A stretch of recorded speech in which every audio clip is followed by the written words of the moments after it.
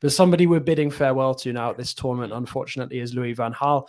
I feel he's been one of the really, the most vibrant characters so far in Qatar. His press conferences have been, difficult to miss. He's had some great quotes, and you can see that, there is a real camaraderie that he's managed to forge within the Dutch ranks. Nigel, I'm going to come back to you. Have you got anything you want to say about Van Gaal and what you've noted about, not only the Dutch performance at this tournament, but sort of the relationship that he's managed to build up with the national team? Because it could be the last time that we see him in a managerial role. We don't know what the future will hold. We obviously know that he's battling health issues. There's been some rumors that he might be approached for the Belgium job, but this may well have been his final dance.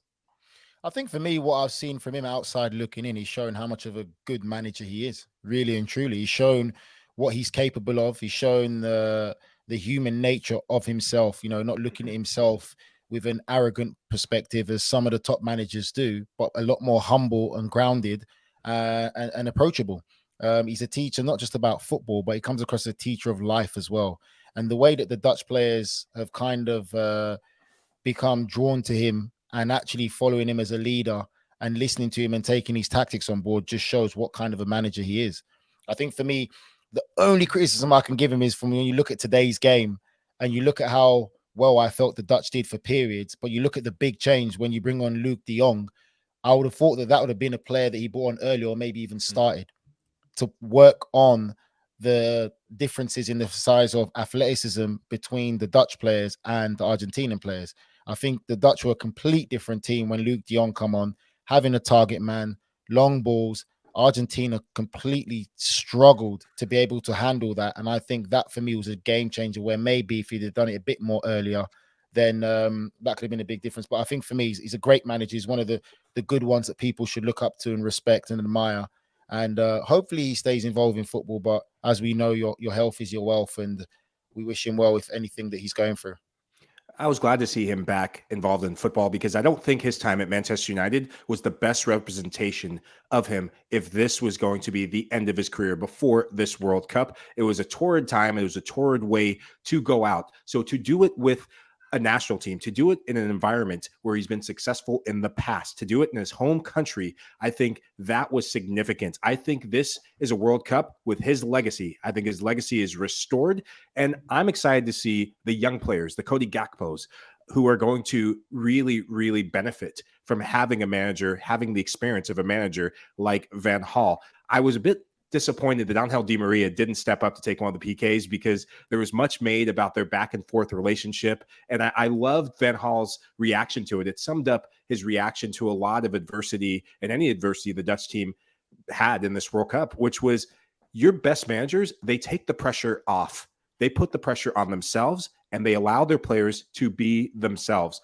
The Dutch in the group stages, they didn't represent themselves to the full capacity that they could. Memphis Depay wasn't fully fit. He grew into the World Cup. But I think that game against the U.S. men's national team and the U.S. men's national team, they can hold their head high because at the end of the day, they were outcoached by a veteran coach in Van Gaal. His tactical acumen, the adaptability that he showed against Argentina. And Nigel, you had said, I'm not sure why he didn't start Luc de Jong.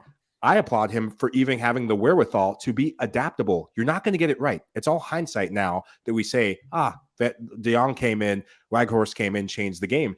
The willingness to say, you know what, it's not working. Let's go to what we know. Let's use our physical capabilities, launch the ball in the box, play for knockdowns. I think it's class.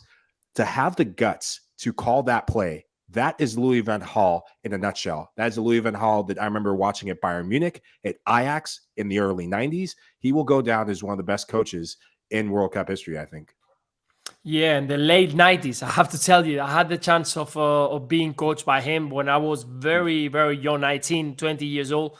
And I was in his pre-season tour when we were used to go to Holland. And he was very tough, I have to tell you. For the young guys, he was very tough. But until today, I have so much appreciate about him because he was a coach was pushing us to the young players when we were back in the Barcelona B team, pushing us so much, trying to make it understand that we needed to increase our levels of fitness, our levels of tactics, our level of technique, because he wanted always to have the ball under our knees. You have to give a pass or give a chance to the teammate, trying to bring the ball back quicker and faster as anyone, and you have to increase your level. So it was just fantastic, and I've seen the way that he's been changing through the years. Now he's closer to the players. He likes to talk to the players. We've seen him how the relationship with his players been getting better and better. Players are talking better about him, and that's something that he has learned. Even though that during his career, he's been very, very tough about the way that he was managing the players. So I think he understood that he needed to be closer to them.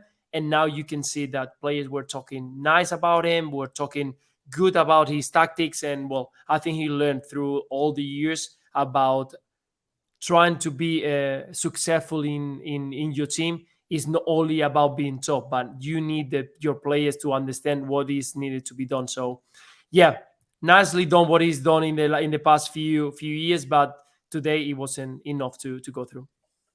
I think what Nigel reo-coker was trying to say earlier was enough of the total football and more, Route 1 Burnley style, get Weghorst on in the game.